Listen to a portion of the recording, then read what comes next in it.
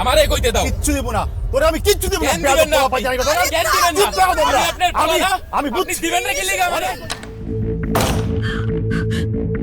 শোন, আমার কথাটা শুন বাবা, আমার কথাটা শুন।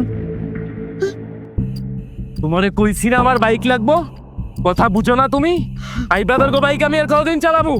ওই লোকের গিয়া বুঝাও, কিছু চাইলেই কয় টাকা নাই টাকা নাই, টাকা লয় কে কবরে যাইবো? আমার বাইক লাগবো, বাইক যদি না পাইছি আমি ঘরবাড়ি সব ভাঙ্গাছি আগুন লাগাই দিব কয়ে দিলাম। বাইক যদি না পাইছি আমি নয়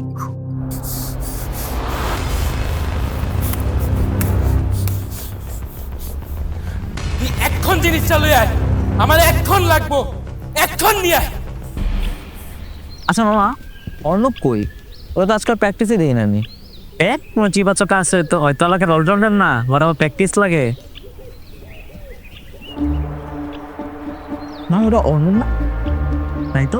তো কি রে অর্ণব, তুই প্র্যাকটিসে আসিস না কেন? কাজ ছিল।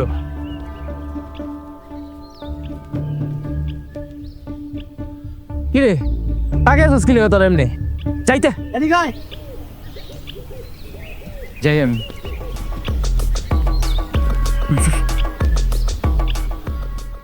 এই মামা দেখ তো এই কোর্সটা নিলে কিরকম হয়। কি রে, কিসের গন্ধ রে? এখানেও? হ ভাই, ওইখানে তো পুরো আসর বসাই দিছে, এলাকা পুরো নষ্ট হয়ে গেছে বুঝছেন ভাই।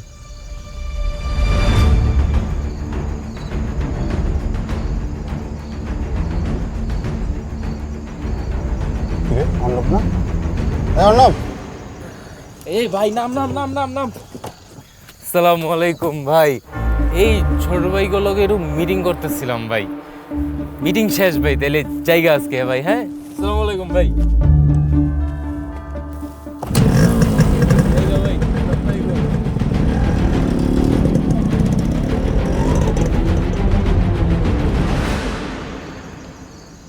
আল্লাহ হাফেজ। আই দরজা খুলো, গেট খুলো না কি লেগে? আই গেট খুলো।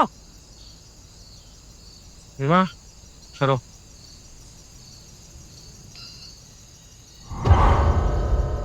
তুই আবার এইভাবে ঘরের মধ্যে ঢুকছস?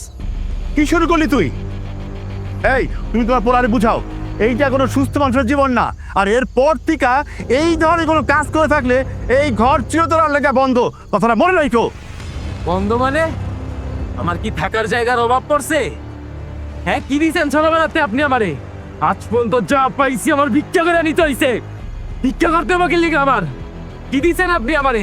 খালি জন্মটাই দিতে পারছেন, এই ঘরে জন্ম নেওয়াটাই হইছে। আরে তুমি থামো, পাগল হয়ে গেছো? এত বড় ছেলের গায়ে কেউ হাত তোলে?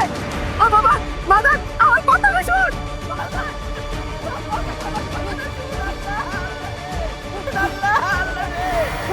আবার